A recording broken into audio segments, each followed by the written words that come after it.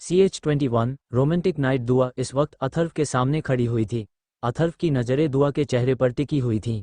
वही दुआ अपनी नशीली आंखों को बार बार झपकाते हुए उसको देख रही थी। दुआ को इस तरह देखकर अथर्व को कुछ अजीब लगा, तो वो दुआ के करीब होकर उसके फेस को सूंघकर बोला, तुमने ड्रिंक की है लिटिल वाइफ? अथर्व की बात सुनकर दुआ अपना सिर न में हिलाते हुए बोली, नहीं, मैं क्या आपको नशेड़ी नजर आती हूँ जो ड्रिंक करूंगी? आप ही करते होंगे, तभी तो इतनी सारी दारू की बोतल भर रखी है उस बार में। दुआ की बात सुनकर अथर्व ने अपना सिर हिलाया और दुआ को बेड की तरफ ले जाते हुए बोला, तुम इस वक्त नशे में हो तो चुपचाप सो जाओ, क्योंकि मैं नहीं चाहता तुम कोई उल्टी सीधी हरकत करो और फिर बाद में तुम्हें पछताना पड़े। अथर्व की बात सुनकर दुआ अपना सिर हिलाते हुए बोली, नहीं, मुझे नींद नहीं आ रही है। पहले मुझे आप ये बताइए कि मुझे मेरे घर कब जाने देंगे? पूरे 20 दिन हो गए हैं आपने मुझे यहाँ बंद करके रखा है। दुआ की बात सुनकर अथर्व ने उसके चेहरे को देखा और बोला, कभी नहीं, तुम अब यहाँ से कहीं नहीं जाओगी, तुम यहीं रहोगी मेरे पास हमेशा हमेशा के लिए। अथर्व की बात सुनकर दुआ की आंखें छोटी हो गईं और वो किसी छोटे बच्चे की तरह जिद करते हुए बोली, नहीं, मुझे आपके पास नहीं रहना है, मुझे घर जाना है। आप बहुत बुरे हो, एकदम एकडू हो, सडू, जब देखो तब मेरे ऊपर ऑर्डर चलाते रहते हो। तभी दुआ एक पल रुक कर फिर से दर्श को देखकर बोली, नहीं नहीं, अब तो ऑर्डर चलाना भी बंद कर दिया। मैं कुछ भी करूं, आपको कोई फर्क क्यों नहीं पड़ता? आप कोई रिएक्ट क्यों नहीं करते? क्या अब आपने मुझे परेशान करना बंद कर दिया है? दुआ की बात सुनकर अथर्व दुआ की आंखों में देखकर बोला, हाँ, मैं तुम्हें चोट नहीं पहुंचाना चाहता, तुम्हें हर्ट नहीं करना चाहता। तो दुआ और उसी तरह थी उसकी आंखों में झांकते हुए बोली, लेकिन क्यों? आपको तो मुझे परेशान करने में बहुत मजा आता था ना, फिर अचानक से क्या हुआ जो आपका यह हृदय परिवर्तन हो गया? ये बात दुआ ने अथर्व के चेस्ट पर उंगली पॉइंट करते हुए बोली थी। तभी अथर्व दुआ के हाथ को पकड़कर बोला, बहुत कुछ हो गया है, लेकिन अभी फिलहाल हम इस बारे में बात नहीं करेंगे, तुम आराम से सो जाओ, ओके, सुबह बात करते हैं। तो दुआ अपना कर हिलाते हुए बोली, नहीं, मुझे अभी और इसी वक्त बात करनी है, मुझे सुबह तक नहीं जाना, क्योंकि मैं सुबह भूल जाऊंगी कि मैं क्या बात कर रही थी। तो आप मुझे सुलाने की कोशिश मत कीजिए, आप यहाँ मेरे सामने बैठिए और मुझे बताइए। इतना बोलकर दुआ ने अथर्व का हाथ पकड़कर अपने सामने बिठाया और उसकी आंखों में देखते हुए बोली, आप एक बात बताइए, इतने खड़ूस क्यों हैं? आपके इस हैंडसम से चेहरे पर कभी स्माइल क्यों नहीं आती? जब देखो तब आपका ये हैंडसम सा चेहरा सड़ा हुआ चेहरा बना रहता है, कभी तो स्माइल किया कीजिए, तो आप और भी ज़्यादा हैंडसम लगेंगे। तभी अथर्व दुआ की आंखों में देखते हुए बोला, तो मैं तुम्हें हैंडसम भी लगता हूँ? वरना मुझे तो लगा था कि सिर्फ मैं तुम्हें बेदिल राजवंश, डेविल मॉन्स्टर, यही सब नजर आता हूँ, लेकिन यहाँ तो तुमने ये बोल दिया कि मैं तुम्हें हैंडसम नजर आता हूँ, क्या बात है? अथर्व की बात सुनकर दुआ मुंह बनाते हुए बोली, हाँ, तो आप वो भी हो, मैंने झूठ नहीं कहा, आप बेदिल राजवंश हो, आप मॉन्स्टर भी हो और आप डेविल भी हो, क्योंकि आपने मुझे गोली मारी थी। आपको पता है मुझे कितना दर्द हुआ था, लेकिन नहीं, आपको कोई फर्क नहीं पड़ता, आपको तो अपना गुस्सा दिखाना था, ये नहीं देखा कि सामने वाले को हर्ट हो रहा है या नहीं। तभी दुआ अथर्व के करीब जाकर बोली, आपको पता है मुझे कितना हर्ट होता था जब आप मुझे उस तरह से बात करते थे? अथर्व दुआ की आंखों में देखते हुए बोला, मुझसे एक गलती हुई थी और मैं अपनी उस गलती को सुधारना चाहता हूँ। अथर्व दुआ से बात कर रहा था, वहीं दुआ की नज़रें इस वक्त अथर्व के हिलते हुए होठों पर टिकी हुई थीं। अथर्व के वो हल्के से पिंक लिप्स दुआ को अट्रैक्ट कर रहे थे। वही दुआ की नज़रों का पीछा करते हुए अथर्व एकदम से पीछे हुआ और दुआ को कंधों से पकड़कर बोला, ये तुम क्या कर रही हो? अथर्व की बात सुनकर दुआ के फेस पर एक स्माइल आ गई और वो अपनी नाजुक सी उंगलियों से अथर्व के होठों को छूते हुए बोली, काफ़ी सॉफ्ट से और पिंक है, क्या मैं आपको किस कर सकती हूँ? दुआ की बात सुनकर अथर्व हैरानी से दुआ को देख रहा था। तभी दुआ अथर्व को देखकर बोली, लेकिन मैं ये बात आपसे पूछ क्यों रही हूँ? आप तो मेरे पति हो ना, तो ऑफकोर्स मैं आपको किस कर सकती हूँ। इतना बोलकर दुआ एकदम से आगे बढ़ी और उसने अथर्व के होठों को अपने होठों से छू लिया। दुआ की इस हरकत पर अथर्व अपनी आंखें बड़ी करके दुआ को देख रहा था। वही दुआ की आंखें इस वक्त बंद थीं और उसके होंठ अथर्व के होठों पर थे। दुआ को किस करना नहीं आता था, लेकिन वो अथर्व के होठों को हल्के हल्के से चूम रही थी। वो कभी अथर्व के होठों पर अपने होंठ रखती तो कभी उन्हें दूर कर देती, कभी रखती तो कभी दूर कर लेती, और यही चीज़ अथर्व को पागल कर रही थी। तभी अथर्व ने अपना एक हाथ में ले जाकर दुआ के सिर के पीछे रखा और अगले ही पल दुआ के दोनों होठों को अपने होठों से कैप्चर कर लिया। अब अथर्व दुआ को किस कर रहा था। दुआ इस वक्त नशे में थी, उसे नहीं पता था कि वो क्या कर रही है, लेकिन अथर्व होश में होते हुए भी पूरी तरह नशे में था। वो इस वक्त पूरी तरह दुआ में खोया हुआ था।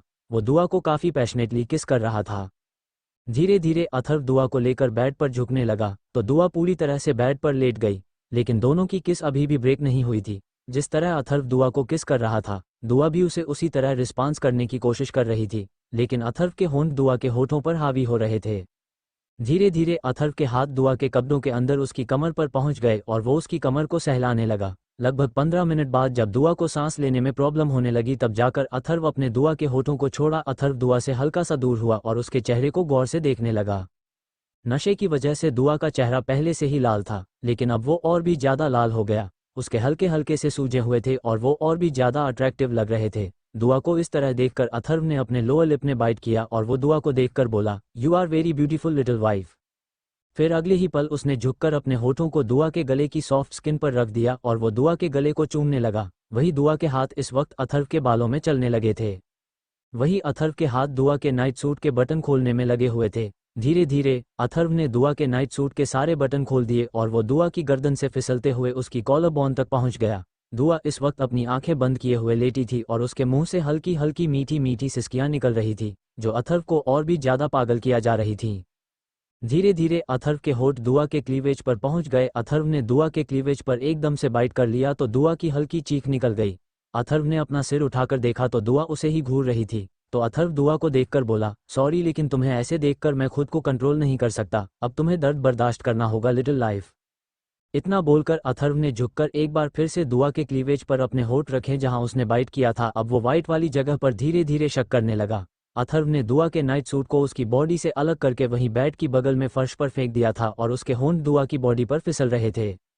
अथर्व एक बार फिर से दुआ के चेहरे के करीब आया और उसने एक बार फिर से दुआ के होठों को अपने होठों से कैप्चर कर लिया और उसे किस करने लगा। धीरे धीरे अथर्व के कपड़े भी उसके बॉडी से अलग होते हुए वहीं फर्श पर पड़े हुए थे और दोनों के जिस्म को इस वक्त एक ब्लैंकेट ने कवर किया हुआ था। अथर्व पूरी तरह से दुआ में खोया हुआ था। वहीं नशे की वजह से दुआ और भी ज्यादा मदहोश होती जा रही थी।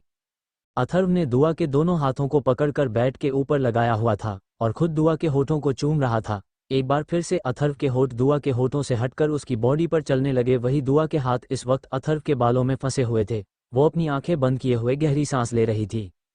अथर्व ने अपने होठ दुआ की बैली पर रखे और हल्के हल्के चूमने लगा। तभी एक बार फिर से उसने दुआ की बैली पर काफी तेजी से बाइट किया और अगले ही पल उस जगह को लिक करने लगा। वो दुआ को दर्द देने के साथ साथ उस दर्द को कम करने की कोशिश भी कर रहा था।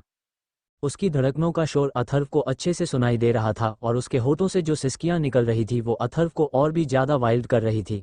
अथर्व पूरी तरह से दुआ के ऊपर झुका और उसकी आंखों में देखते हुए बोला, आई एम सॉरी लेकिन अब मैं नहीं रोक सकता खुद को। इतना बोलकर अथर्व ने खुद को दुआ की बॉडी से कनेक्ट किया तो दुआ की दर्द भारी चीख निकल गई और उसकी आंखों में आंसू आ गए। दुआ अपना सिर इधर उधर हिलाते हुए बोली, मुझे दर्द हो रहा है, बहुत दुख रहा है, प्लीज प्लीज आप बाहर आओ प्लीज, मुझे दर्द हो रहा है। अथर्व दुआ के सर को सहलाते हुए बोला, रिलैक्स लिटिल वाइफ, कुछ नहीं होगा, जस्ट रिलैक्स और मुझे फील करो, तुम्हारा दर्द थोड़ी देर में खत्म हो जाएगा। इतना बोलकर अथर्व ने अपने होठों को ले जाकर दुआ के ईयरलॉब पर रखा और हल्के हल्के से चूमने लगा। कुछ ही देर में दुआ का दर्द थोड़ा कम हुआ तो अथर्व अब आगे बढ़ने लगा। दुआ ने अपने पैरों को अथर्व की कमर पर लपेटा हुआ था और इसी तरह दोनों एक दूसरे में खोए हुए थे। इस वक्त दुआ को जो एहसास हो रहे थे वो उसके लिए काफ़ी नए थे, लेकिन सिर्फ अभी तक। सुबह होने के बाद उसका क्या रिएक्शन आने वाला था ये अभी उसे नहीं पता था।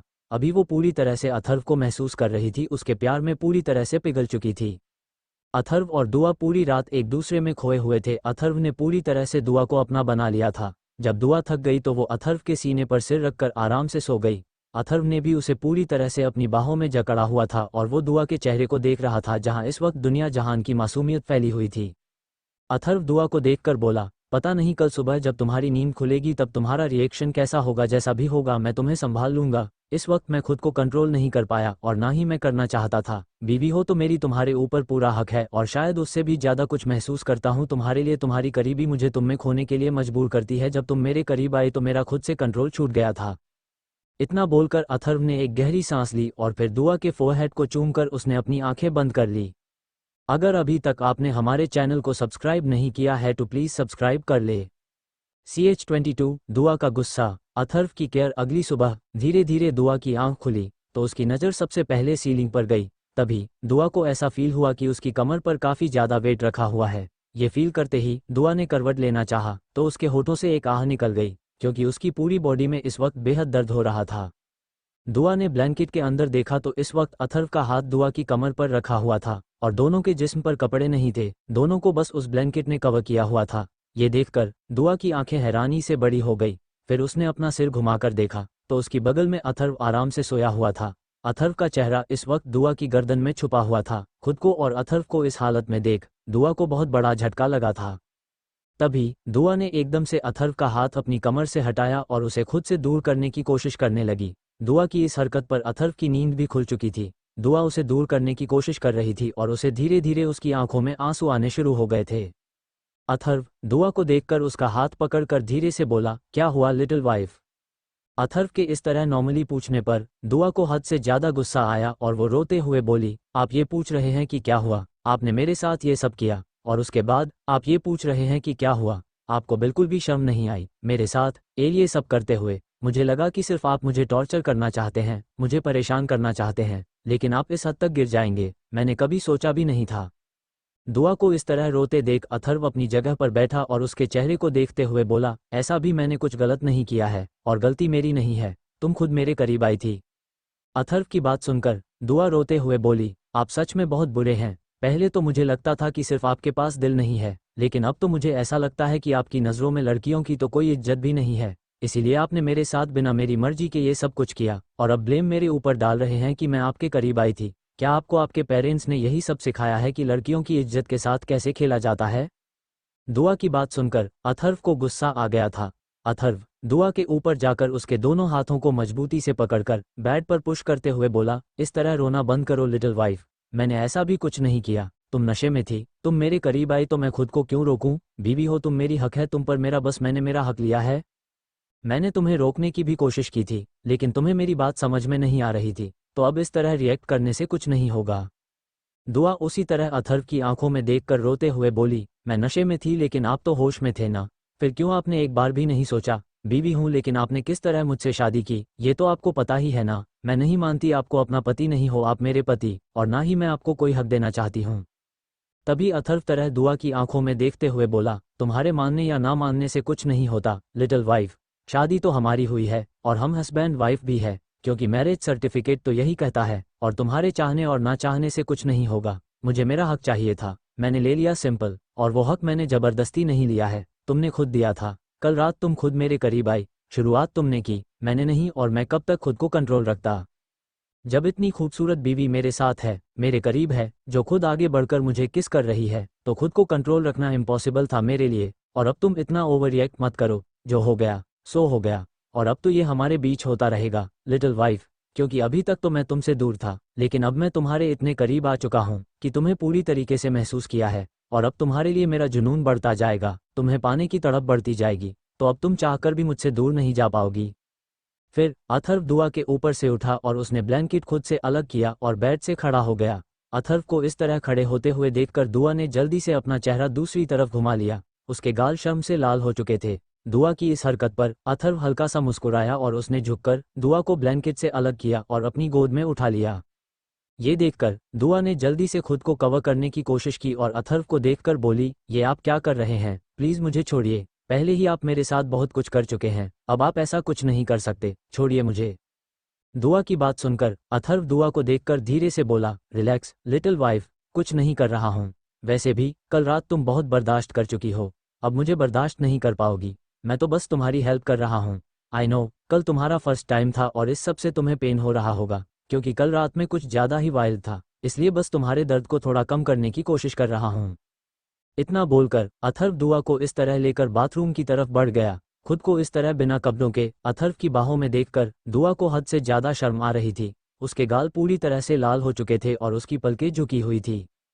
अथर्व की नज़र दुआ के चेहरे पर गई तो उसके फेस पर भी स्माइल आ गई। दुआ का इस तरह शर्माना तो अथर्व को और भी ज्यादा पागल कर रहा था। उसके शर्म से हुए लाल गाल और उसकी वो झुकी हुई घनी पलकें अथर्व की जान ही निकाल रहे थे। अथर्व ने दुआ को ले जाकर बाथटब में लिटाया और उसमें हल्का सा गर्म पानी भरने लगा।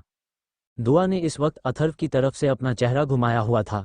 वो अथर्व की तरफ नहीं देख रही थी, वो अथर्व से गुस्सा थी और ये बात अथर्व अच्छे से समझ रहा था। तभी कुछ सोचते ही एक बार फिर से दुआ की आंखों में आंसू आ गए। तो अथर्व दुआ के चेहरे को अपनी तरफ करके उसके आंसुओं को साफ करते हुए बोला, तुम रो क्यों रही हो?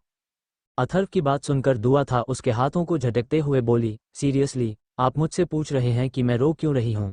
ग्रेट, एक तो आपने मेरे साथ इतना कुछ किया, इतना कुछ करने के बाद अब आप ये मुझसे जानना चाहते हैं कि मैं रो क्यों रही हूँ। आप प्लीज़ यहाँ से जाइए, मुझे आपसे बात नहीं करनी।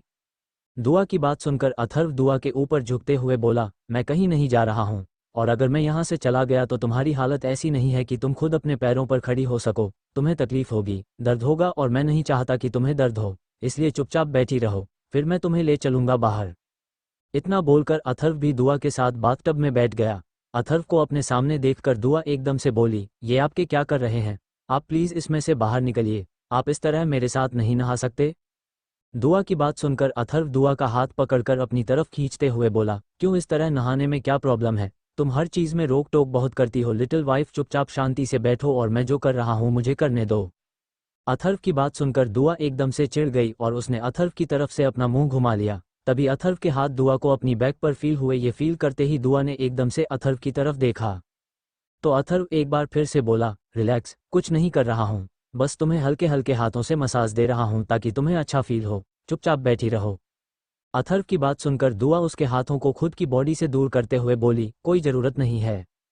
इतना बोलकर वो एकदम से खड़े होने की कोशिश करने लगी। तभी उसके मुंह से एक आह निकल गई। ये देखकर अथर्व ने फिर से दुआ को अपनी गोद में बिठाया और बोला, कहा था ना मैंने तुमसे कि तुम खड़े होने की हालत में नहीं हो, लेकिन तुम्हें मेरी बात समझ में नहीं आती, तुम्हें हर वक्त ऐसा लगता है कि मैं जो बोल रहा हूँ गलत बोल रहा हूँ। अथर्व की बात सुनकर दुआ ने कुछ नहीं कहा, वो उसी तरह चुपचाप बैठी रही, क्योंकि अब उसमें अथर्व से बहस करने की ताकत नहीं बची थी, इसलिए वो चुपचाप अथर्व के कंधे से अपना सिर टिकाकर बैठ गई। थोड़ी देर बाद अथर्व दुआ को बाथरोब में लपेटकर गोद में उठाकर रूम में लेकर आया और उसे जाकर बेड पर आराम से बैठाया। अथर्व ने दुआ को बेड पर बिठाया और खुद वॉक एंड क्लोजेट की तरफ चला गया। वो दुआ के कपड़े लेकर आया और दुआ के बाथरोब को पकड़कर खींच दिया। ये देखकर दुआ जल्दी से बाथरोब को पकड़कर बोली, ये आप क्या कर रहे हैं? दुआ की बात सुनकर अथर्व दुआ को कपड़े दिखाते हुए बोला, कपड़े पहनाने में तुम्हारी हेल्प। अथर्व की बात सुनकर दुआ ने अथर्व के हाथ से कपड़े छीने और उसे देखकर बोली, मैं कोई छोटी बच्ची नहीं हूँ, मैं खुद कपड़े पहन सकती हूँ, आपने मेरी इतनी हेल्प कर दी वही बहुत है, मैं खुद कर लूँगी। इतना बोल दुआ ने अथर्व के हाथ से कपड़े लिए और क्लोजेट की तरफ जाने लगी, तो अथर्व ने दुआ का हाथ पकड़ा और फिर से बेड पर बैठाया और एक झटके में दुआ का बाथरोब नीचे खिसका दिया और फिर दुआ के चेहरे पर झुककर उसकी आंखों में देखते हुए बोला, ऐसा भी कुछ नहीं है लिटिल वाइफ जो मुझसे छुपा हुआ हो, कल रात में सब कुछ देख चुका हूँ, तो अब चुपचाप बैठो और मुझे तुम्हारी हेल्प करने दो। इतना बोलकर अथर्व ने दुआ के हाथ से कपड़े लिए और उसे कपड़े पहनाने लगा। दुआ मुंह बनाते हुए अथर्व को देख रही थी। दुआ को रेडी करने के बाद अथर्व खुद रेडी हुआ और उसे देखकर बोला, मैं रूम में ही ब्रेकफास्ट मंगवा रहा हूँ, चुपचाप बिना नखरे किए तुम नाश्ता करोगी। अथर्व की बात सुनकर दुआ ने कुछ नहीं कहा, वो अपनी जगह से उठी और धीरे कदमों के साथ बालकनी में चली गई। दुआ को इस तरह देखकर अथर्व ने गहरी सांस ली और नीचे कॉल करके ब्रेकफास्ट रूम में ही मंगवाया। थोड़ी देर बाद मेड खाने की ट्रॉली लेकर आए तो अथर्व ने उसे अंदर लिया और उसे लेकर बालकनी की तरफ बढ़ गया। अथर्व ने बालकनी में जाकर देखा तो दुआ इस वक्त आराम से वहां सोफे पर बैठे हुई थी। अथर्व ने खान की ट्रॉली ले जाकर दुआ के सामने रखी और उसमें से ब्रेकफास्ट निकालकर वहां कॉफ़ी टेबल पर रखा और जाकर दुआ के बगल में बैठ गया। अथर्व को इस तरह खुद की बगल में बैठते हुए देखकर दुआ ने वहां से उठने की कोशिश की, लेकिन अथर्व ने दुआ को पकड़कर अपनी लैप पर बैठा लिया। ये देखकर दुआ और भी ज़्यादा चिढ़ गई और उसे चिढ़ते हुए बोली, छोड़िए मुझे, आप ऑलरेडी मेरे साथ बहुत कुछ कर चुके हैं और मुझे परेशान मत कीजिए। दुआ की बात सुनकर अथर्व दुआ की तरफ देखकर शांति से बोला, मैं तुम्हें परेशान नहीं कर रहा हूँ, बस ब्रेकफास्ट करने के लिए बोल रहा हूँ, चुपचाप ब्रेकफास्ट कर लो। अथर्व की बात सुनकर दुआ ने घूरकर उसे देखा लेकिन कुछ कहा नहीं, क्योंकि उसे पता था कि अथर्व जबरदस्ती उसे खिलाकर रहेगा। अथर्व ने दुआ को खिलाना शुरू कर दिया। अथर्व ने दुआ अच्छे से ब्रेकफास्ट कराया और खुद भी किया। थोड़ी देर बाद दुआ फिर से अथर्व की लैप से उठने की कोशिश करने लगी तो अथर्व ने उसे कमर से पकड़कर अपनी गोद में बैठा लिया और उसे देखकर बोला, थोड़ी देर इसी तरह शांति से बैठी रहो। अथर्व की बात सुनकर न जाने क्यों दुआ की आंखों में आंसू आ गए थे और वो अथर्व देखकर बोली, आप बहुत बुरे हो, आप हर बार मेरे साथ जबरदस्ती करते हो, कभी किसी ने मेरे साथ जबरदस्ती नहीं की, लेकिन आपने की, मुझे आपसे बात नहीं करनी। दुआ ये सब रोते हुए बोल रही थी। वहीं अथर्व ने दुआ की बात का कोई जवाब नहीं दिया, वो बस चुपचाप दुआ के बालों को सहला रहा था। दुआ के पैर सोफे पर फैले हुए थे। तभी अथर्व की नज़र दुआ के पैर पर गई जहां पर गोली का निशान था। दुआ का जख्म भर चुका था लेकिन उसका निशान अभी भी दिखाई देता था और उसे प्रेस करने पर दर्द होता था। अथर्व धीरे धीरे उस निशान को अपने हल्के हाथ से सहला रहा था। तभी अथर्व ने एकदम से उस जगह प्रेस कर दिया जिससे दुआ की चीख निकल गई। CH-23 दुआ की शिकायतें। दुआ की चीख सुनकर अथर्व जैसे होश में आया और उसने जल्दी से दुआ के पैर से अपना हाथ हटाया और उसे देखकर बोला, तुम ठीक तो हो? दुआ की आंखों में अब तक आंसू आ चुके थे और वो अपनी आंखों में नमी लिए अथर्व की तरफ देखकर बोली, क्या कर रहे हो आप, मुझे दर्द होता है? दुआ की बात सुनकर एक बार फिर से अथर्व ने अपना हाथ उसी जगह रखा और धीरे धीरे सहलाते हुए बोला, आई एम सॉरी, मैंने जानबूझकर नहीं किया, गलती से हो गया। तभी दुआ अथर्व को देखकर रोते हुए बोली, आप सच में बहुत बुरे हो। आपको पता है जब आपने मुझे गोली मारी थी तो मुझे कितना दर्द हुआ था, मुझे बहुत हर्ट हुआ था। लेकिन आपको उससे क्या, आपको तो मुझे टॉर्चर करना था, मुझे परेशान करना था। आपको मेरे दर्द से कोई फर्क नहीं पड़ता। दुआ की बात सुनकर अथर्व ने अपना हाथ दुआ के गाल पर रखा और अपने अंगूठे से सहलाते हुए बोला, ऐसी बात नहीं है लिटिल वाइफ, उस दिन मैं तुम्हारे पैर पर गोली मारना नहीं चाहता था। मेरा निशाना तुम्हारा पैर नहीं था, मेरा निशाना तुम्हारे पैर के पास था। लेकिन उसी वक्त तुमने अपने पैर को मूव किया, जिस वजह से बुलेट सीधा तुम्हारे पैर में आकर लगी। अथर्व की बात सुनकर दुआ उसे देखकर बोली, हाँ तो आपने गोली चलाई क्यों? आपको पता है आपने मेरे ऊपर 6 गोलियां चलाई थी, मैं कितना डर गई थी। अगर गलती से एक भी गोली आकर मेरे सर में लगती तो या कहीं इधर उधर लगती तो मैं सीधा ऊपर पहुंच जाती। लेकिन आपको कोई फर्क कहाँ पड़ता है, आपको तो सिर्फ परेशान करना है, मुझे चोट पहुंचाने से मतलब है। दुआ की बात सुनकर अथर्व ने दुआ के सर को अपने सीने पर रखा और धीरे धीरे सहलाने लगा। दुआ उसी तरह थी कि सीने से लगी सिसकती रही और न जाने कब रोते रोते उसी तरह सो गई। अथर्व ने अपना सर झुकाकर देखा तो दुआ उसके सीने पर सर रखकर सोई हुई थी। उसने दुआ को अच्छे से अपनी गोद में उठाया और रूम में लेकर जाकर बेड पर अच्छे से लिटाकर उसे ब्लैंकेट से कवर कर दिया। अथर्व दुआ के सर को चूमते हुए बोला, आई एम सॉरी, लेकिन आगे से ध्यान रखूंगा कि तुम्हें कभी हर्ट ना करूं। इतना बोलकर अथर्व वहां से स्टडी रूम की तरफ चला गया क्योंकि आज वो ऑफिस नहीं जाने वाला था। वहीं दूसरी तरफ अयान के कॉलेज में अयान की गाड़ी आकर कॉलेज के बाहर रुकी और वो अपनी गाड़ी से बाहर निकलकर सीधा कॉलेज के अंदर चला गया। आज अयान काफ़ी दिनों बाद कॉलेज आया था क्योंकि एक्सीडेंट की वजह से वो बेड रेस्ट पर था और अब वो पूरी तरह से ठीक हो चुका था। लेकिन आज कुछ अलग था। आज अयान के चेहरे पर कॉलेज आते वक्त कोई एक्सप्रेशन नहीं था, वरना हमेशा वो हंसता मुस्कुराता हुआ कॉलेज आता था। लेकिन शायद उसकी हंसी को किसी ने छीन लिया था और आज उसकी शामत आने वाली थी। अयान कॉलेज कैंपस के अंदर पहुंचा तो उसकी नज़र श्रुति पर गई, जो अपने दोस्तों के साथ बैठी हुई थी। अयान ने अपने कदम श्रुति की तरफ बढ़ा दिए और जाकर उसके सामने खड़ा हो गया। अपने सामने अयान को देखकर पहले तो श्रुति हड़बड़ा गई, लेकिन उसने जल्दी ही खुद को नॉर्मल कर लिया और अयान को देखकर मुस्कुराते हुए बोली, हे अयान, कैसे हो तुम? इतने दिनों बाद कॉलेज आए हो। श्रुति की बात सुनकर अयान ने अपने गॉगल्स निकाले और उसे देखकर हल्का मुस्कुराते हुए बोला, हाँ काफ़ी दिनों बाद आया हूँ, क्योंकि किसी ने कोई कसर नहीं छोड़ी थी। मुझे तड़पा तड़पा कर मारने में टाइम लगा, लेकिन मुझे किसी की सच्चाई पता चल गई है, वरना शायद हो सकता था कि मैं और भी ज़्यादा तड़पता। अयान की बात सुनकर श्रुति के फेस पर जो स्माइल थी वो फीकी पड़ गई, लेकिन फिर वो जल्दी से खुद को संभालकर अयान के करीब होकर उसके सीने पर हाथ रखकर बोली, कैसी बातें कर रहे हो अयान? तुम्हें पता है तुम्हारे एक्सीडेंट के बारे में सुनकर मैं कितनी ज़्यादा घबरा गई थी। देखो जो कुछ भी हुआ उसके लिए आई एम सॉरी, मैं बहक गई थी, उसने मुझे मैन्युपुलेट किया था। श्रुति की बात सुनकर अयान उसे देखकर बोला, ओह रियली? तो ये बताओ कि तुम्हें कितने लड़कों ने मैन्युपुलेट किया था, एक ने, दो ने या उससे ज़्यादा ने? अयान का ये सवाल सुनकर श्रुति बस उसकी तरफ देखती रह गई, उसे समझ नहीं आया कि वो क्या जवाब दे। तभी वो अयान को देखकर बोली, ये तुम क्या बोल रहे हो अयान? श्रुति की बात सुनकर अयान ने कुछ फोटोज निकाले और श्रुति के ऊपर फेंकते हुए बोला, ये सब क्या है? क्या इसकी कोई एक्सप्लेन है तुम्हारे पास? वैसे मुझे तुम्हारी एक्सप्लेनेशन चाहिए भी नहीं, क्योंकि अब मैं तुम्हें अच्छे से जान चुका हूँ कि तुम हो क्या। और क्या कहा तुमने कि मेरे एक्सीडेंट के बारे में सुनकर तुम्हें बहुत दुख हुआ? तो हाँ, तुम्हें इतना दुख हुआ कि तुम क्लब जाकर पार्टी कर रही थी और किसी और के साथ हुकअप कर रही थी। तुम एक ऐसी लड़की हो जो इधर उधर मुंह मारती फिरती है, लेकिन याद रखना तुम्हारी जिंदगी में कभी प्यार नहीं आएगा। शायद गलती मेरी थी, मैं तुम्हें पहचान नहीं पाया, लेकिन अब तुम्हारे किसी धोखे में नहीं आऊंगा। इतना बोलकर अयान वहां से चला गया। वहीं अयान ने कॉलेज स्टूडेंट के सामने श्रुति की बेइज्जती की थी। श्रुति की आंखों में आंसू आ गए थे, लेकिन वो सिर्फ अयान को दिखाने के लिए थे। श्रुति मन ही मन खुद से बोली, ये तुमने ठीक नहीं किया मिस्टर अयान राजवंश, मैं तुम्हें छोड़ूंगी नहीं। वहीं अयान कॉलेज में दुआ को ढूंढ रहा था, लेकिन जब उसे दुआ कहीं नजर नहीं आई तो उसने दुआ की फ्रेंड से पूछा। दुआ की फ्रेंड से अयान को पता चला कि दुआ पिछले 20 दिनों से कॉलेज नहीं आ रही है। अयान का मूड ऑलरेडी पहले से ही खराब था, लेकिन अब दुआ का कॉलेज ना आने का सुनकर उसका मूड और भी ज्यादा खराब हो गया और वह गुस्से में वहां से निकल गया। अयान राजवंश पैलेस ना जाकर डार्क हॉल के लिए निकला था।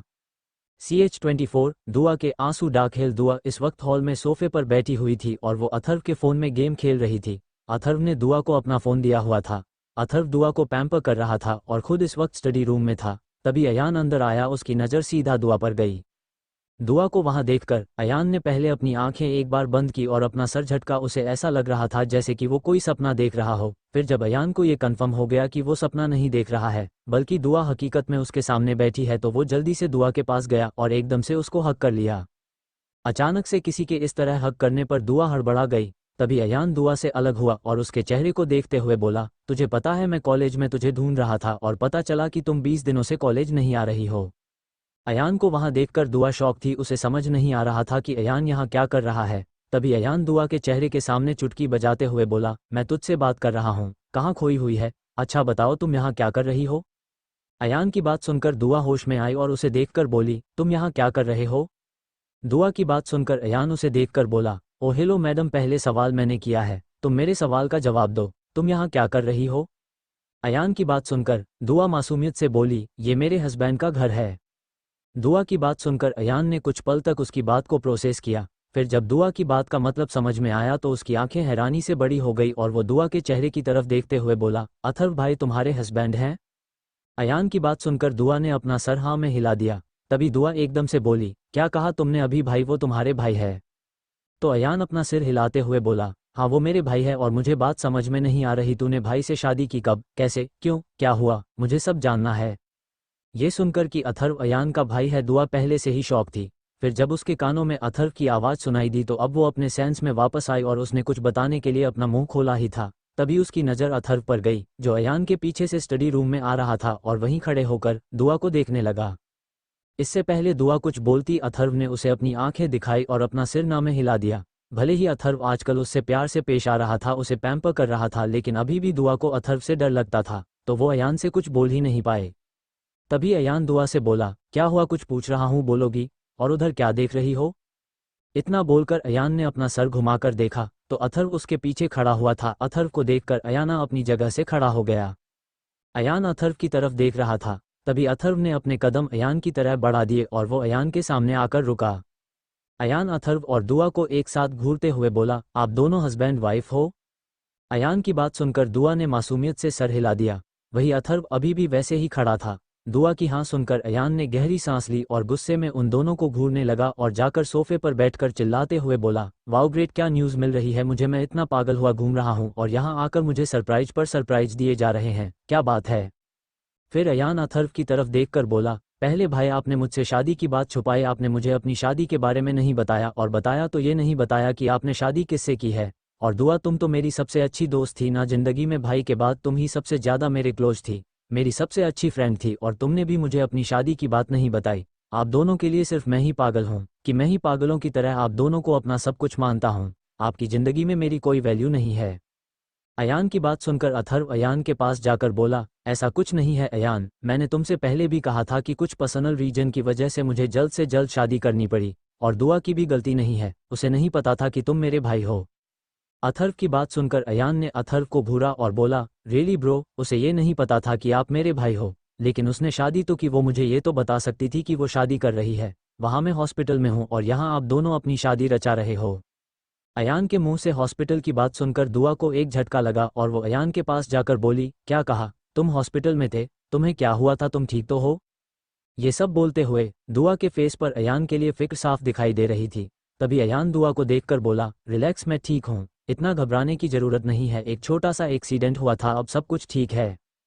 तभी दुआ अयान को देखकर बोली, क्या श्रुति दी को पता है कि तुम्हारा एक्सीडेंट हुआ था और तुम हॉस्पिटल में थे? श्रुति का नाम सुनते ही अयान के फेस के एक्सप्रेशन एकदम से बदल गए। दुआ ने भी ये चीज़ नोटिस कर ली थी। तभी दुआ एक बार फिर से उसको देखकर बोली, क्या हुआ, सब ठीक तो है ना अयान? दुआ की बात सुनकर अयान दुआ की तरफ देखकर बोला, कुछ ठीक नहीं है रैबिट, सब कुछ बदल गया और मुझे एक बात समझ में नहीं आ रही, तुम्हें क्यों नहीं पता? क्या तुम्हारी श्रुति से बात नहीं हुई? क्या तुम उससे नहीं मिली? अयान की बात सुनकर दुआ ने एक नज़र अथर्व को देखा जो उसे ही देख रहा था। तभी दुआ बात बदलते हुए बोली, नहीं, मैं दी से नहीं मिली हूँ, मेरी उनसे कोई बात नहीं हुई है। दुआ की बात सुनकर अयान उसे देखकर बोला, तभी तुम्हें कुछ नहीं पता? खैर, तुम्हारी जानकारी के लिए बता दूं कि अब हम दोनों के बीच सब कुछ खत्म हो चुका है। तुम्हारी बहन ने मुझे चीट किया, मुझे धोखा दिया। मेरे साथ रिलेशनशिप में होते हुए भी वो एक नहीं कई लड़कों के साथ थी और जिस दिन मेरा एक्सीडेंट हुआ उसे दिन मैं उसी से मिलने गया था। उस रूम में पहुंचा तो देखा वो किसी और के साथ थी और वो दोनों।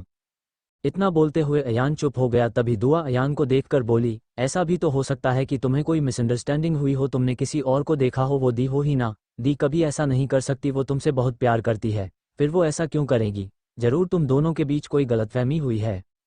दुआ की बात सुनकर अयान हल्का सा मुस्कुराया और उसने अपना हाथ दुआ के गाल पर रखा और धीरे से बोला, हर कोई तुम्हारी तरह इनोसेंट नहीं होता रैबिट, तुम बहुत इनोसेंट हो, अभी तुम्हें कुछ नहीं पता। जैसे जैसे तुम धीरे धीरे इस दुनिया को समझोगी तब तुम्हें समझ आएगा कि लोग जैसे दिखते हैं वैसे होते नहीं हैं, और उनमें से एक तुम्हारी बहन भी थी जिसने पूरी तरह मेरी जिंदगी बदल कर रख दी। प्यार जैसे शब्द पर मुझे भरोसा नहीं रहा। अयान की बात सुनकर दुआ की आंखों में आंसू आ चुके थे। वो रोते हुए बोली, तुम दी के बारे में ऐसा नहीं बोल सकते अयान, वो कभी ऐसा नहीं कर सकती। दुआ की बात सुनकर अयान ने अपनी आंखें बंद की और एक गहरी सांस लेकर बोला, फिलहाल मैं तुम्हें कुछ नहीं समझा सकता रैबिट, क्योंकि तुम समझने की हालत में नहीं हो, लेकिन मैं तुम्हें प्रूफ दिखाऊंगा, तुम्हारी बहन की करतूत दिखाऊंगा, तब तो तुम मेरी बात मानोगी ना।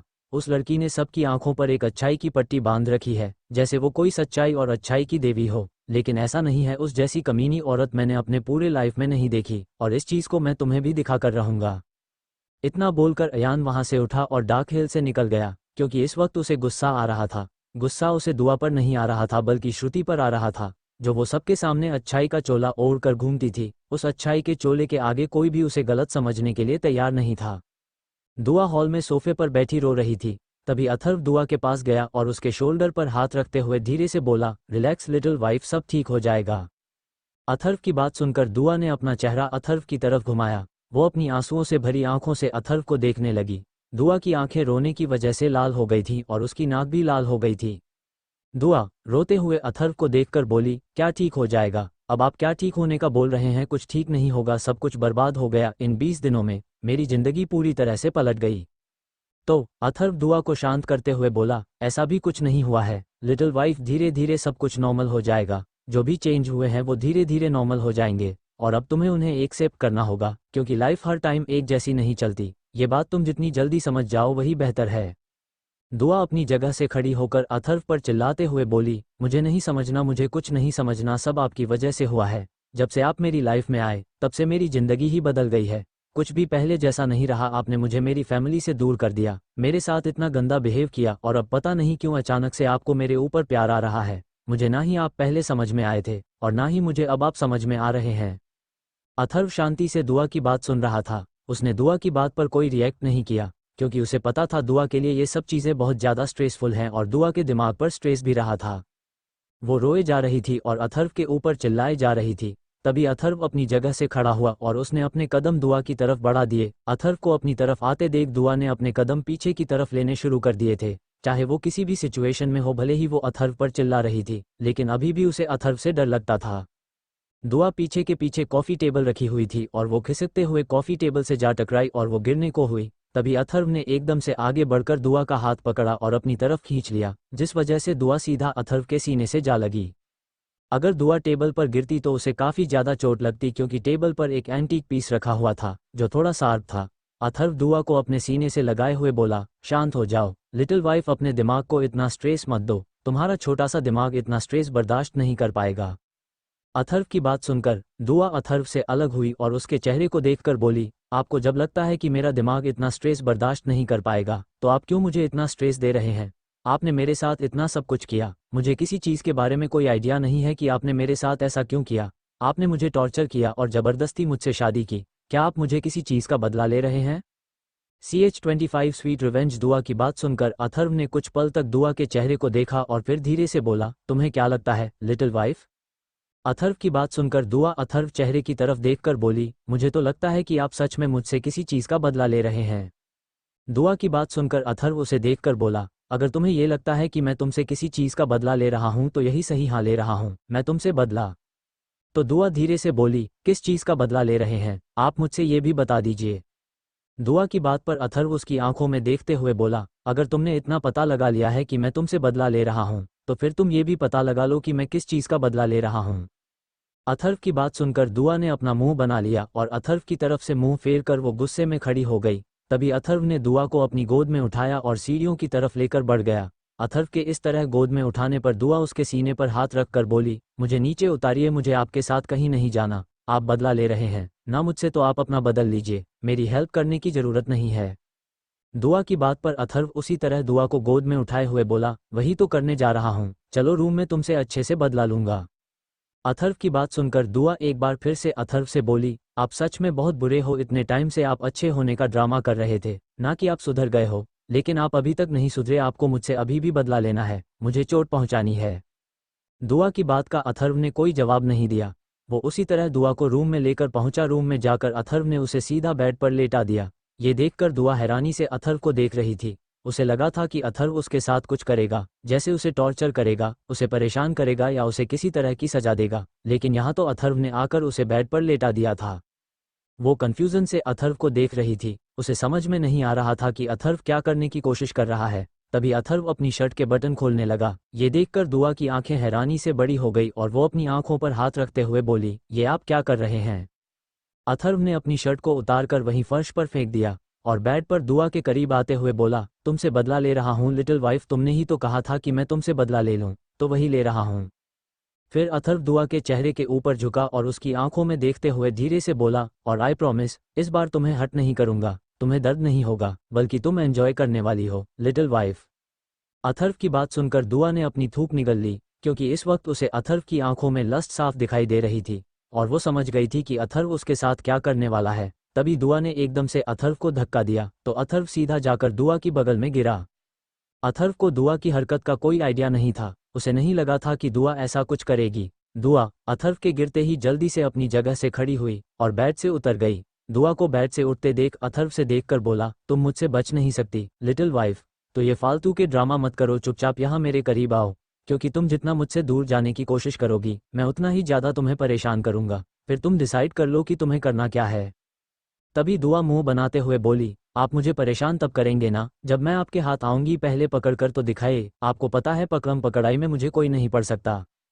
इतना बोलकर दुआ वहां से डोर की तरफ भागी। तभी अथर्व दुआ को रोकते हुए बोला, तुम रूम से बाहर नहीं जाओगी, पकड़म पकड़ाई खेलना है तो यही खेलना होगा, अगर रूम से बाहर गई तो फिर देख लेना। अथर्व की बात सुनकर दुआ ने घूरकर उसे देखा और फिर बोली, ये तो आप चीटिंग कर रहे हैं, लेकिन कोई बात नहीं, आप रूम में भी मुझे नहीं पकड़ पाएंगे। इतना बोलकर दुआ वहां रखे सोफे में के पीछे भाग गई। अथर्व बेड से खड़ा हुआ और उसने धीरे धीरे अपने कदम दुआ की तरफ बढ़ा दिए। अथर्व को अपनी तरफ आते देख दुआ सोफे के पीछे से भागकर बेड के पीछे खड़ी हो गई। ये देखकर अथर्व ने फिर से धीरे से अपने कदम बेड की तरह बढ़ा दिए। अथर्व को अपनी तरफ आता देख फिर से दुआ भागने लगी। दुआ रूम में भाग रही थी और वहीं अथर्व धीरे धीरे दुआ की तरफ बढ़ रहा था। लगभग आधे घंटे में ही दुआ की पूरी तरह से थक गई और वो सोफे पर बैठ गई। फिर वो अथर्व से बोली, थोड़ी देर के लिए मुझे रेस्ट करने दीजिए, मैं थक गई हूँ, बाद में शुरू करते हैं। दुआ की बात सुनकर अथर्व दुआ के पास पहुंचा और एक बार फिर से उसे अपनी गोद में उठाते हुए बोला, सॉरी लिटिल वाइफ, लेकिन इस गेम में रेस्ट का कोई रूल नहीं था। तुमने ये कहा कि मैं तुम्हें पकड़ कर दिखाऊं, तो वो मैंने कर दिया, अब गेम ओवर। अब जो गेम होगा वो मेरा गेम होगा, उसे मैं शुरू करूंगा और वो गेम तभी रुकेगा जब मैं चाहूंगा। अथर्व की बात सुनकर दुआ उसे देखकर नाराज होकर बोली, ये क्या बात हुई, ये तो चीटिंग हुई, आप चीटर हो, आपने चीटिंग की है, मुझे आपके साथ खेलना ही नहीं चाहिए था। अथर्व दुआ को बेड पर लिटाते हुए बोला, मैंने कोई चीटिंग नहीं की, मैं तो बस ये वेट कर रहा था कि तुम कब थकोगी और तुम थक गई, बस मैंने इस चीज़ का फ़ायदा उठाया है, मैं इस गेम को दिमाग से खेल रहा था, चीटिंग से नहीं की तो तुम मुझे चीटर नहीं बोल सकती। अच्छा ये सब छोड़ो, हम दूसरा गेम खेलते हैं, उसमें और भी ज़्यादा मज़ा आएगा। आई प्रॉमिस, इस बार मैं दर्द नहीं दूंगा बिल्कुल भी, बल्कि प्लेजर फील करवाऊंगा। अथर्व की बात सुनकर दुआ अपना चेहरा दूसरी तरफ घुमाते हुए बोली, मुझे कोई गेम नहीं खेलना, प्लीज़ आप मुझे जाने दीजिए। अब तक अथर्व का एक हाथ तो दुआ की कमर पर पहुंच चुका था और वो दुआ के टॉप के अंदर अपना हाथ डालकर हल्का हल्का उसके पेट को सहला रहा था। ये महसूस करते ही दुआ की धड़कनें तेजी से बढ़ गई और वो गहरी गहरी सांस लेने लगी। दुआ अथर्व के हाथ पर अपना हाथ रखते हुए बोली, डोंट डू दिस प्लीज़, मुझे कुछ हो रहा है। दुआ की बात सुनकर अथर्व दुआ के चेहरे की तरफ देखकर धीरे से बोला, जो फील हो रहा है उसे फील करो, उसे एंजॉय करो, मुझे रोको मत, क्योंकि अब मैं रुकने वाला नहीं हूँ। CH26 नए एहसास। अथर्व की बात सुनकर दुआ ने कुछ कहा, बस अथर्व के चेहरे की तरफ देखते रही। तभी अथर्व ने एक बार फिर से झुककर दुआ के होठों को अपने होठों से कैप्चर कर लिया। अथर्व के होठों को अपने होठों पर महसूस करते ही दुआ ने अपनी आंखों को कसकर भींच लिया और उसने अपने हाथों में बेडशीट को भींच लिया था। अथर्व सॉफ्टली दुआ को किस कर रहा था, वहीं दुआ के दिल की धड़कनें काफ़ी ज़्यादा तेज थी जो अथर्व को क्लियरली सुनाई दे रही थी। अथर्व अपना एक हाथ धीरे धीरे दुआ के हाथ के करीब लेकर गया और उसने दुआ के हाथ की मुट्ठी खोली और अपनी उंगलियों को दुआ की उंगलियों से उलझा लिया। धीरे धीरे अथर्व की सॉफ्ट किस कब डीप किस में बदल गई पता ही नहीं चला। दुआ उसी तरह लेटे हुए अथर्व की किस को महसूस कर रही थी। दुआ अथर्व को कोई रिस्पांस नहीं कर रही थी। अथर्व के करीब आने पर उसे जो एहसास हो रहे थे वो उसके लिए नए थे। कल रात जो कुछ हुआ था वो उसके करीब गई तब वो नशे में थी, लेकिन आज जो कुछ भी उन दोनों के बीच हो रहा था वो पूरे होश और हवास में हो रहा था। वही दुआ ने एक पल के लिए भी अपनी आंखें नहीं खोली थी। वो अभी भी अपनी आंखें बंद करके लेटी हुई थी। अब दुआ को सांस लेने में प्रॉब्लम होने लगी। उसकी सांसें उखड़ने लगी थी। दुआ की सांस उखड़ते देख अथर्व ने दुआ के होठों को छोड़ा और उसके चेहरे की तरफ देखने लगा।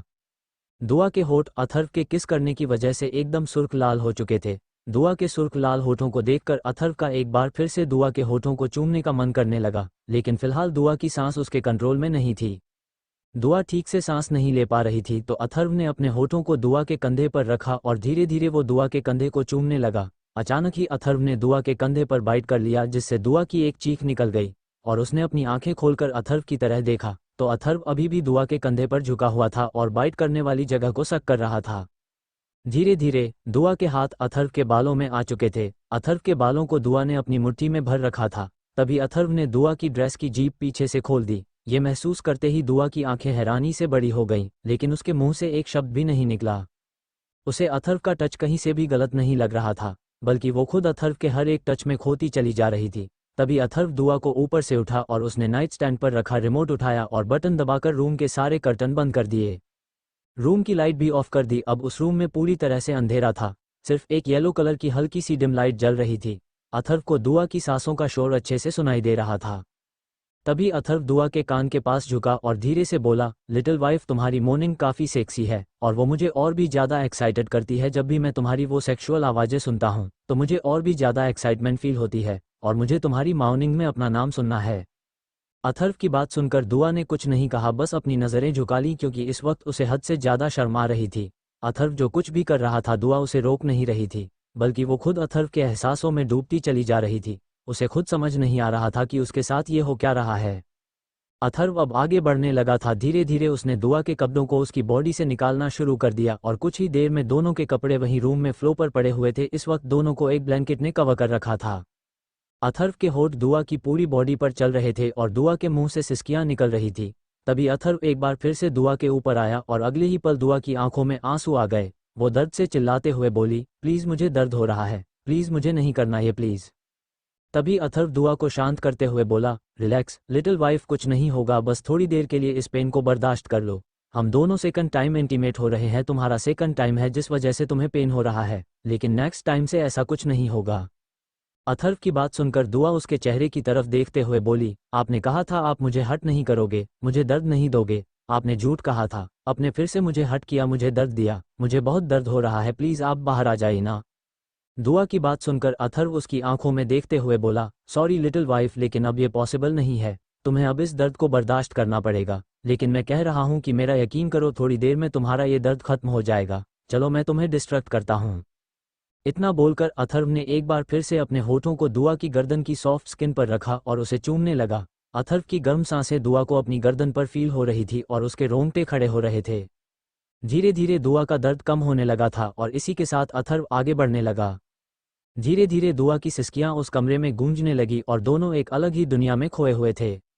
लगभग 2 घंटे बाद दुआ पूरी तरह से थक चुकी थी और उसकी आंखें बंद हो रही थी। अथर्व दुआ के ऊपर से उठा और उसके बगल में लेट गया। दोनों की बॉडी इस वक्त पसीने से नहाई हुई थी। अथर्व ने बड़ी का टेम्परेचर देखा तो वो लो पर चल रहा था। उसने दोनों के ऊपर से ब्लैंकेट को उठाकर नीचे जमीन पर फेंक दिया और दुआ को अपने करीब खींच लिया। अथर्व ने दुआ को अपनी बाहों में जकड़ा और अपनी आंखें बंद कर ली। ये एहसास उसके लिए भी नए थे। अथर्व अपनी आंखें बंद किए हुए था और उसकी आंखों के सामने बस दुआ का चेहरा था। अथर्व उसी तरह आंखें बंद किए हुए बोला, I am sorry little wife, मैंने तुम्हारे साथ बहुत कुछ गलत किया है, लेकिन आगे मैं तुम्हें कभी तकलीफ नहीं पहुंचाऊंगा। मैंने किसी और के किए की सज़ा तुम्हें देने की कोशिश की, यहाँ तक कि तुम्हें सज़ा दी भी है, लेकिन अब बारी उसकी है जिसने गलती की थी, तो सज़ा तो उसे मिलकर रहेगी। तभी अथर्व ने अपना सर झुकाकर दुआ के चेहरे को देखा तो वो इस वक्त आराम से अथर्व से किसी छोटे बच्चे की तरह चिपक कर सोई हुई थी। दुआ के फेस को देखकर अथर्व के फेस पर एक हल्की सी स्माइल आ गई और उसने झुककर दुआ कर फोरहेड को चूम लिया और फिर उसने भी अपनी आंखें बंद कर दी और इसी तरह वह भी गहरी नींद में चला गया। CH27 दुआ की मासूमियत। शाम को दुआ की नींद खुली। उसने धीरे धीरे अपनी आंखें खोलकर देखा तो उसकी नज़र अथर्व की आंखों से जा मिली, जो उसे ही देख रहा था। अथर्व का एक हाथ दुआ की कमर पर रखा हुआ था जो धीरे धीरे मूव हो रहा था। अथर्व को अपनी तरफ देखता पाकर दुआ ने जल्दी से अपनी नज़रें अथर्व से फेर ली।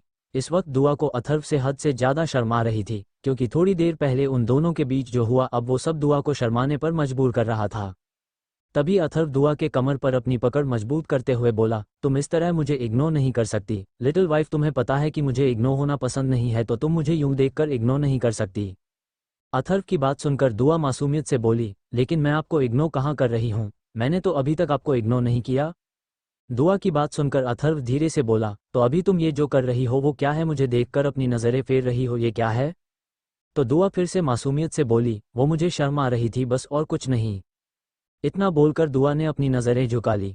दुआ की बात सुनकर अथर्व के फेस पर एक हल्की सी स्माइल आ गई और वो मुस्कुराते हुए दुआ से बोला, ओ तो तुम शर्मा रही थी, मुझे लगा कि तुम मुझे इग्नोर करने की कोशिश कर रही हो। तभी अथर्व ने दुआ की चिन को पकड़कर उसका फेस ऊपर किया और उसकी आंखों में देखते हुए बोला, तुम्हारा ये शर्माना गजब का है, और जब तुम शर्माती हो तो तुम्हारे ये लाल गाल कयामत लगाते हैं और मेरा मन इन गालों को काटने का करता है। इतना बोलकर अथर्व ने अपने मुंह को खोलकर बाइट करने का इशारा किया। ये देखकर दुआ जल्दी से पीछे हुई और अथर्व को देखकर बोली, आप मुझे खाने की बात कर रहे हैं, अगर आप मुझे काटोगे तो मुझे दर्द होगा। दुआ की बात सुनकर अथर्व ने अपना सर पीट लिया। कहाँ वो अपनी बीवी से रोमांटिक बातें करने की कोशिश कर रहा है और कहाँ उसकी बीवी बच्चों जैसी हरकतें कर रही है। दुआ की बात सुनकर अथर्व अपना सिर हिलाते हुए बोला, समझ गया, तुम्हें दर्द होगा, कोई बात नहीं, मैं उसे दर्द पर मलहम लगा दूंगा, लेकिन थोड़ा बहुत दर्द हो तो तुम्हें बर्दाश्त करना पड़ेगा, लिटिल वाइफ, जैसे अभी थोड़ी देर पहले किया था। अथर्व की बात सुनकर दुआ उसे देखकर बोली, नहीं, मैं वो दर्द बर्दाश्त नहीं करूंगी, मुझे बहुत दर्द हुआ था और आप मेरी बात भी नहीं सुन रहे थे। तो अथर्व दुआ के गाल पर अपना हाथ रखते हुए बोला, नहीं, अगली बार जब हम इंटीमेट होंगे तब तुम्हें इतना दर्द नहीं होगा और धीरे धीरे तुम्हारा दर्द बिल्कुल खत्म हो जाएगा। तो दुआ इस तरह मासूमियत से बोली, अगर फिर से दर्द हुआ तो मुझे दर्द नहीं चाहिए, वो सब बहुत पेनफुल होता है, बहुत दर्द होता है, और जब आपको रुकने के लिए बोलती हो तो आप रुकते नहीं हो, बहुत दुखता है, प्लीज़ नेक्स्ट टाइम ऐसा कुछ मत करना, मुझसे बर्दाश्त नहीं होता ये सब। दुआ की मासूमियत से भरी बातें सुनकर अथर्व कुछ पल तक दुआ के चेहरे को देखता ही रह गया। वो ये सोचने लगा कि वो अपने गुस्से में इतना अंधा हो गया था कि उसे दुआ की मासूमियत पहले क्यों नहीं दिखी। फिर वो दुआ के माथे को चूमते हुए बोला, बिल्कुल नहीं, अगली बार से तुम्हें कभी इतना दर्द नहीं दूंगा, खुद को कंट्रोल करने की कोशिश करूंगा, जब मैं तुम्हारे करीब आता हूं तो मैं भूल जाता हूं कि तुम मेरी लिटिल वाइफ हो, तुम अभी लिटिल ही हो। तभी अथर्व अपनी जगह से बैठा और दुआ को देखकर बोला, अच्छा चलो ये सब छोड़ो, फ्रेश हो जाओ, फिर हम नीचे डिनर के लिए चलते हैं, डिनर का टाइम हो गया है, तुम्हें भूख भी लग रही होगी। इतना बोलकर अथर्व ने ब्लैंकेट को दुआ के ऊपर से उठाना चाहा कि दुआ ने ब्लैंकेट को कसकर पकड़ लिया और अपना सरना में हिलाते हुए बोली, नहीं, आप पहले जाइए, मैं बाद में वॉशरूम यूज़ कर लूंगी। दुआ के इस रिएक्शन को देखकर अथर्व दुआ के चेहरे के ऊपर झुकते हुए बोला, क्या हुआ लिटिल वाइफ, तुम इतना घबरा क्यों रही हो? डोंट वरी, वॉशरूम में मैं कुछ नहीं करने वाला, बस फ्रेश होकर हम नीचे जाएंगे और डिनर करेंगे, और अगर तुम्हें शर्म आ रही है तो शर्माने की ज़रूरत नहीं है, क्योंकि मैं तुम्हें पूरी तरह से तुम्हें देख चुका हूं और महसूस भी कर चुका हूं, तो इस तरह शर्माने का कोई फ़ायदा नहीं है, अब चलो उठो और फ्रेश हो जाओ।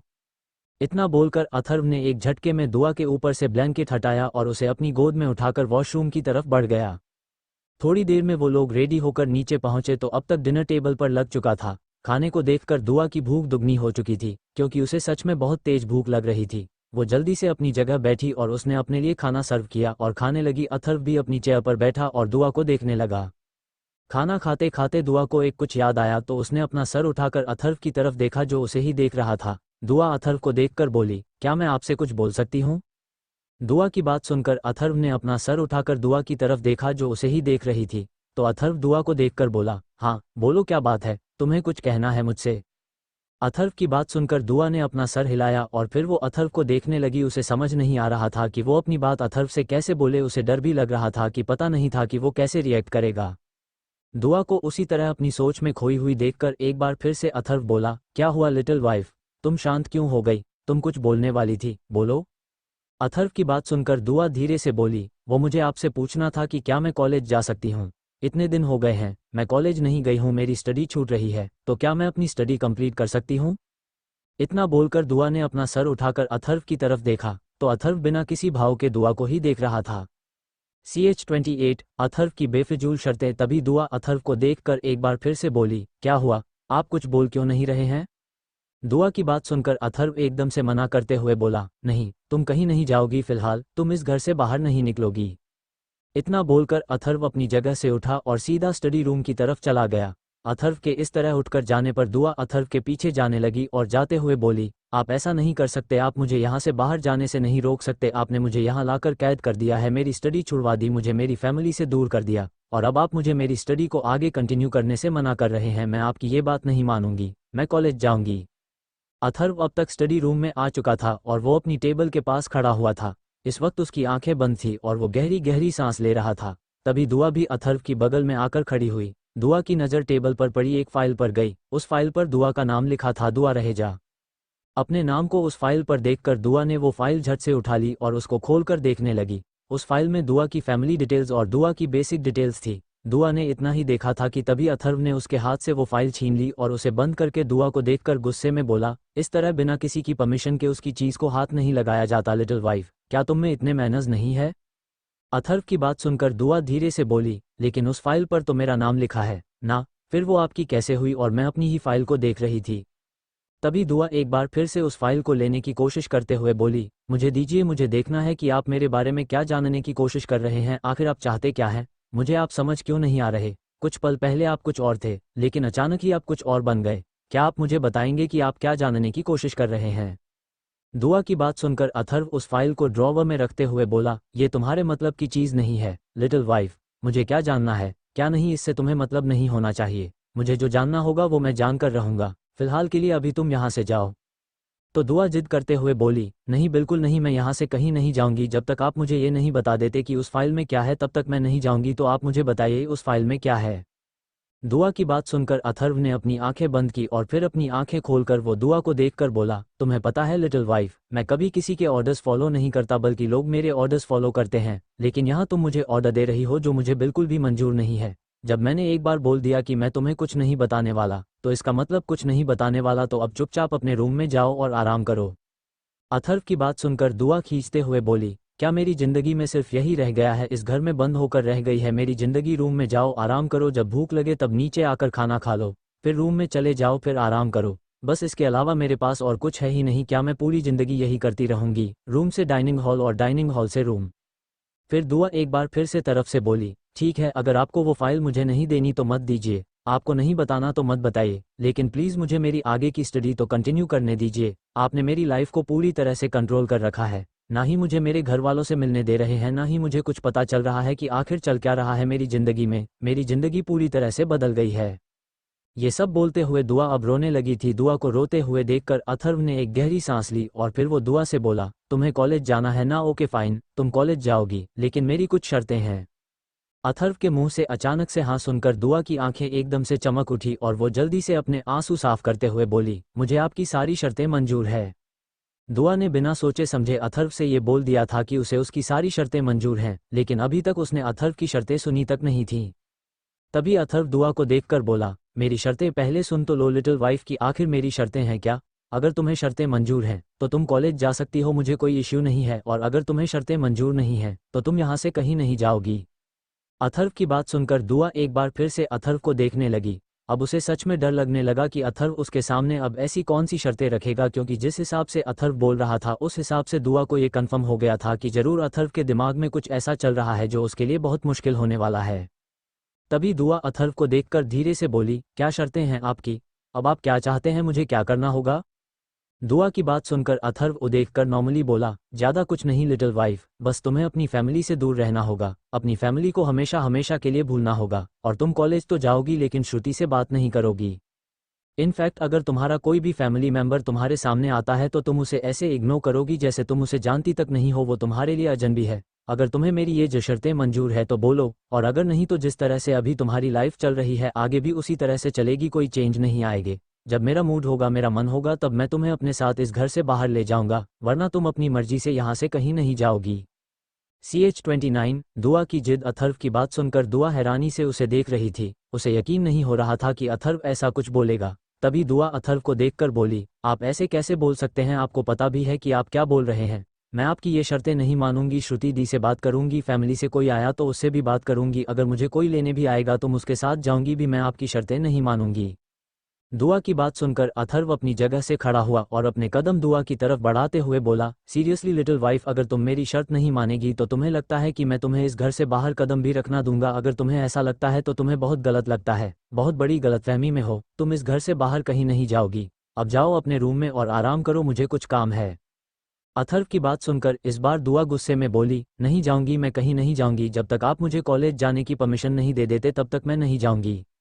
दुआ ये सब बोले जा रही थी और उसकी आंखों से लगातार आंसू गिर रहे थे। दुआ को ऐसे देखकर अथर्व ने एक गहरी सांस ली और अपने कदम दुआ की तरफ बढ़ा दिए। अथर्व दुआ के करीब जाकर उसके चेहरे पर झुकते हुए बोला, कॉलेज जाने के लिए मैंने तुम्हें अपनी शर्तों बता दी हैं, अब डिसाइड तुम्हें करना है कि तुम्हें मेरी शर्तें मंजूर है या नहीं। अगर नहीं तो तुम कॉलेज भी नहीं जा रही हो, दैट्स फाइनल।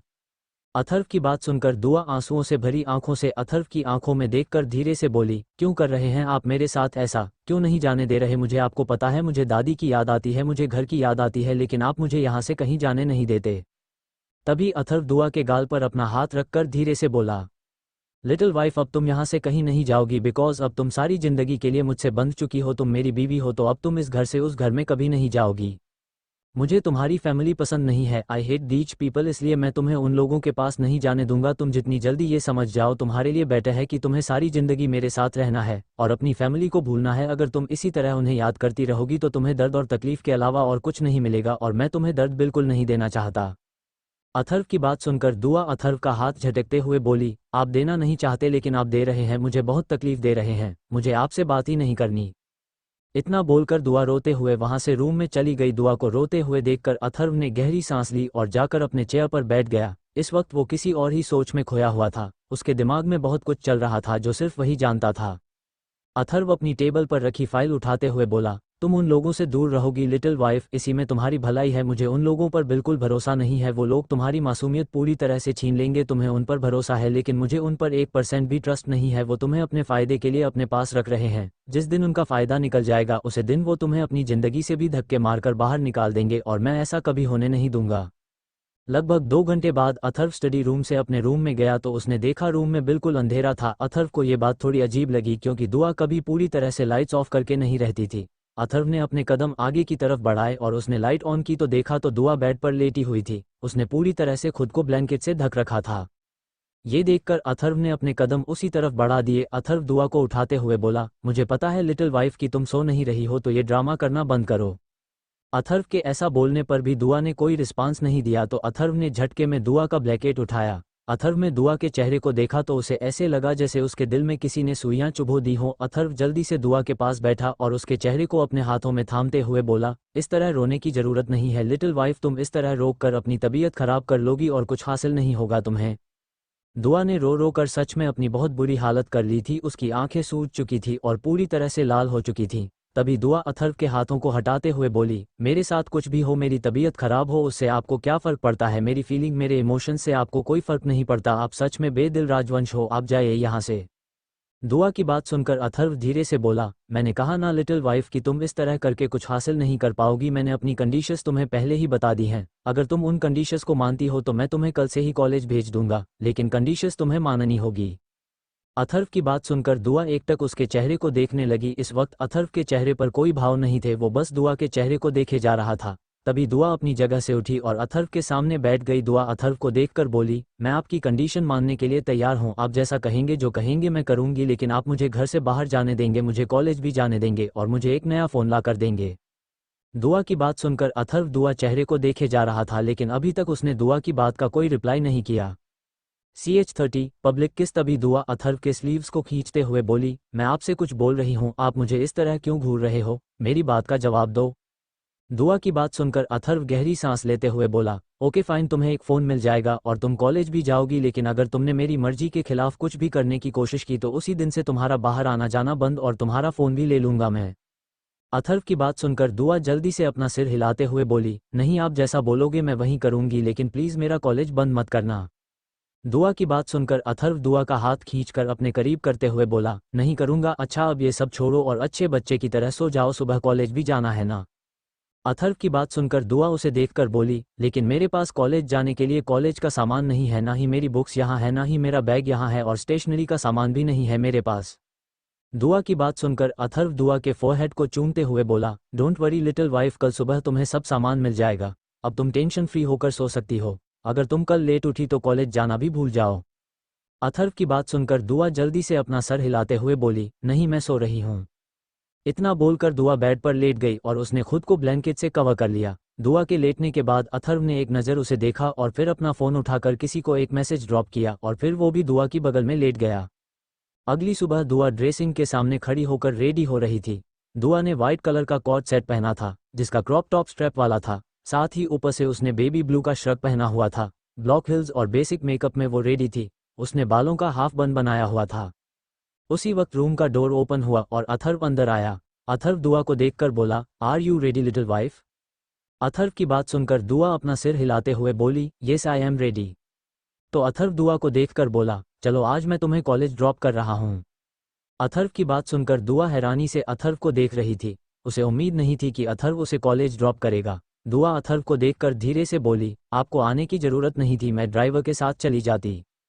दुआ की बात सुनकर अथर्व दुआ के करीब हुआ और उसे कमर से पकड़कर अपने और भी ज़्यादा करीब खींचते हुए बोला, तुम मेरी वाइफ हो तो इतना तो मैं कर ही सकता हूँ ना, तुम मेरे साथ कॉलेज जा रही हो, ड्राइवर के साथ नहीं। इतना बोलकर अथर्व ने दुआ के होठों के किनारे को हल्के से छुआ और उससे दूर हो गया और फिर दुआ का हाथ पकड़कर बोला, चलो वरना तुम कॉलेज के लिए लेट हो जाओगी। अथर्व की बात सुनकर दुआ ने अपना सिर हिलाया और अपना बैग पैक उठाकर जल्दी जल्दी अथर्व के साथ नीचे चली गई। लगभग आधे घंटे बाद अथर्व की गाड़ी दुआ के कॉलेज के सामने रुकी। कॉलेज के सामने काफ़ी सारे स्टूडेंट की भीड़ थी और उस गाड़ी को वहां देखकर सब लोग हैरान थे। आज से पहले इतनी लग्जरियस कार कभी कॉलेज के बाहर आकर नहीं रुकी। सब लोगों की नज़र उस कार पर ही टिकी हुई थी। सबको ये जानना था कि आखिर उस कार में है कौन। तभी गाड़ी का डोर ओपन हुआ और दुआ बाहर आई। दुआ को देखकर सब लोग हैरान थे। दुआ के पीछे अथर्व भी गाड़ी से बाहर निकाला तो अथर्व को वहां देखकर लोग तो जैसे सदमे में ही चले गए। वहीं अथर्व दुआ के पास आकर बोला, अपना ख्याल रखना। अथर्व की बात सुनकर दुआ ने अपना सर हाँ में हिलाया तो अथर्व ने झुककर दुआ के होठ पर अपने होंठ रखे और 2 मिनट किस करने के बाद वो दुआ से अलग हुआ। अथर्व के इस तरह किस करने पर दुआ हैरानी से उसे देख रही थी। तभी अथर्व दुआ के गाल को सहलाते हुए बोला, कोई प्रॉब्लम हो तो मुझे बताना, बाय, मिलते हैं शाम को। दुआ ने अपना सिर हिला दिया तो अथर्व जाकर अपनी गाड़ी में बैठा और वहां से निकल गया। वही अथर्व के इस तरह सबके सामने किस करने पर है दुआ को काफ़ी ज़्यादा एम्बारसमेंट फील हो रही होती और कॉलेज के लड़के लड़कियां सब लोग दुआ को अजीब नज़रों से घूर रहे थे। तभी कुछ लड़कियां और कुछ लड़के दुआ को देखकर बोले, क्या बात है मिस रहेजा, तुमने तो काफ़ी बड़ा हाथ मारा है, मानना पड़ेगा। वैसे अथर्व राजवंश तक पहुंचाने की सीढ़ी कहीं अयान राजवंश तो नहीं? अयान तुम्हारी बहन के पीछे पागल था लेकिन अब उनका रिश्ता खत्म हो चुका है और अब तुम उसके बड़े भाई अथर्व राजवंश के पीछे हो। उन लोगों की बात सुनकर दुआ को अच्छा नहीं लग रहा था। वो जल्दी जल्दी कॉलेज के अंदर चली गई। उसे लगा था कि आज अयान भी कॉलेज आया होगा लेकिन अयान कॉलेज नहीं आया था क्योंकि आज उसका कॉलेज आने का कोई मूड नहीं था। कल जिस तरह से वो श्रुति की बेइज्जती करके गया था, आज वो फिर श्रुति का फेस देखकर अपना दिमाग खराब नहीं करना चाहता था। और आज श्रुति भी कॉलेज नहीं आई थी। आज दुआ अकेले ही कॉलेज आई थी। थोड़ी देर में दुआ अपने क्लास में आ गई और उसका लेक्चर शुरू हो गया। इसी तरह दुआ ने अपने लेक्चर अटेंड किया लेकिन लंच टाइम में दुआ अपने क्लास से बाहर नहीं गई क्योंकि उसे डर लग रहा था। बाहर जो कुछ भी हुआ उसके बाद दुआ को कहीं भी जाने से डर लग रहा था। लेकिन उसे नहीं पता था कि जो लोग बाहर उसे परेशान कर रहे थे वो अंदर भी चले आएंगे। वही लड़के और लड़कियां दुआ के क्लासरूम में पहुंच गए। इस वक्त दुआ क्लास में अकेली थी। एक लड़की दुआ के पास आकर बैठी और उसके चेहरे को देखते हुए बोली, तुमने बताया नहीं दुआ कि तुमने अथर्व राजवंश को कैसे फंसाया अपनी इस मासूम शक्ल से, वो तुम्हारे झांसे में कैसे आ गया? तभी एक लड़का दुआ को देखकर बोला, अरे इसकी मासूम शक्ल देखकर कोई भी फिसल जाए। कॉलेज के आधे से ज़्यादा लड़के उसके पीछे पागल हैं लेकिन इसने तो काफ़ी अच्छा हाथ मारा है। दुनिया के मोस्ट एलिजिबल बैचलर और पावरफुल इंसान को फंसाया है। काश हमें भी चांस देती तो थोड़े मज़े हमें भी मिल जाते। इतना बोलकर उस लड़के ने दुआ के हाथ पर अपना हाथ रखा तो दुआ ने झट से अपना हाथ पीछे खींच लिया। अब दुआ को उन लोगों की बातें सुनना बर्दाश्त नहीं हो रहा था तो वो जल्दी से अपनी चेयर से उठी और वहां से वॉशरूम की तरफ भाग गई। दुआ वॉशरूम में थी लेकिन किसी ने वॉशरूम का डोर बाहर से बंद कर दिया और उसे लॉक कर दिया। इस बात का अंदाजा भी दुआ को नहीं था। वो बस अंदर बैठी रोए जा रही थी। कॉलेज टाइम खत्म होने को आया था लेकिन दुआ वॉशरूम से बाहर नहीं आई और वो अपना बैग भी क्लासरूम में छोड़ आई थी जिस वजह से उसका फ़ोन भी उसके पास नहीं था। कुछ देर बाद दुआ ने वॉशरूम का डोर ओपन करने की कोशिश की तो उसका डोर खुल नहीं रहा था। ये देखकर दुआ घबरा गई और डोर को नॉक करने लगी लेकिन दुआ की आवाज़ सुनने वाला वहाँ कोई नहीं था।